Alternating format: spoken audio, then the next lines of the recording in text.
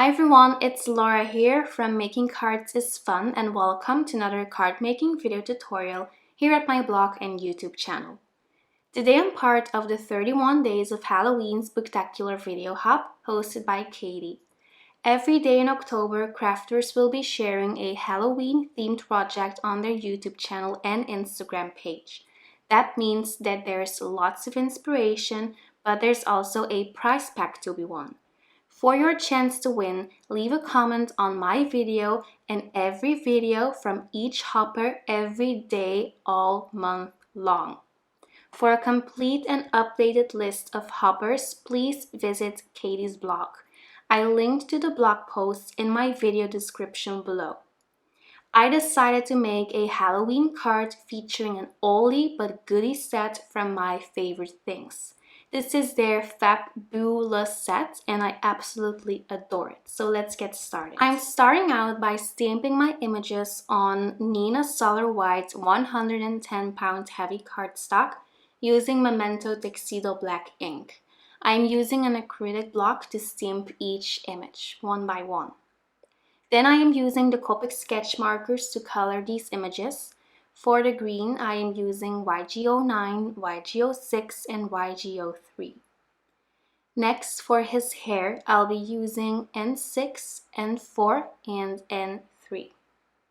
I've had this stamp set for a long time now. I haven't used it that often, so I decided to use it again for this special video hub.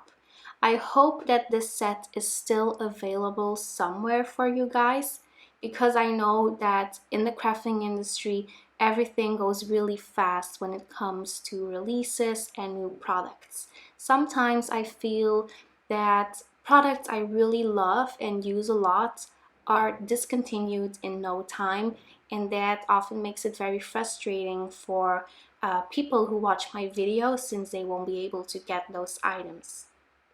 Anyway, so back to the coloring. For that little ghost, I went in with the colorless blender and then used N1 to add a little bit of shading, and then I blended that out with the N0 marker. For my cat, I'm using YR27, YR24, and YR21, and then for his adorable little hat, I am using N6, N4, and N3. I also use an R11 marker to add a little bit of color to the cheeks of my little ghost under the cat. For the switch, I'm using E57 and E55 for her broom, and then I use the same colors that I used before to color the rest of her little costume. I used the Foursquare backdrop portrait die cut from Fawn to die cut these 4 little stitched frames and also to die cut a larger frame. I'm starting out by temporarily adhering these stitched frames to my craft mat using some washi tape, and then I am going in with the Faded Jeans Distress Oxide ink to add some blue to this white cardstock. I'm using an inexpensive makeup brush to blend these colors. I find that these brushes work the best for me. Then I am going in with Seedless Preserves to blend out that blue, and then I am switching back and forth between the blue and the purple to create a nice gradient. And the more you blend, the more smooth your square or your colors will become. So you don't want to see a harsh line between the two colors. You want to create a nice smooth gradient. And as you can see by blending that out, that kind of pinkish purple turns into more of a blue purple since we mixed that with the Faded Jeans.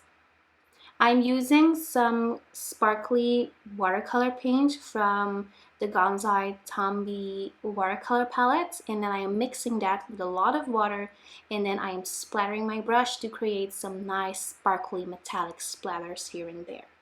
Next, I cleaned off my work surface and then I switched over to the large frame, and I am coloring that with Black Soot Distress Oxide ink. I could have also die cut that out of black cardstock, but I wanted the finish to be the same as little rectangles, so that's why I ended up using Distress Oxide ink instead. I let that dry for a little while, but I still went in with my heat tool to make sure that it's 100% dry before I'll be heat embossing my sentiment.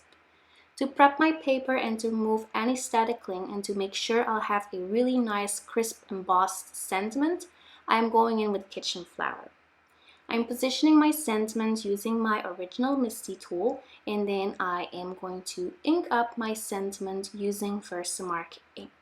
I have been using kitchen flour to remove static cling for years now, and this trick just really does it for me. I heard people using baby powder or like an embossing body or embossing tool specially created for crafts, but regular kitchen flour works fine for me. After heat setting my sentiment and I sprinkled on the bright white embossing powder from Wow first, I'm going to adhere my finished frame to a standard size A2 note card using Tonic Studio's Deluxe Adhesive.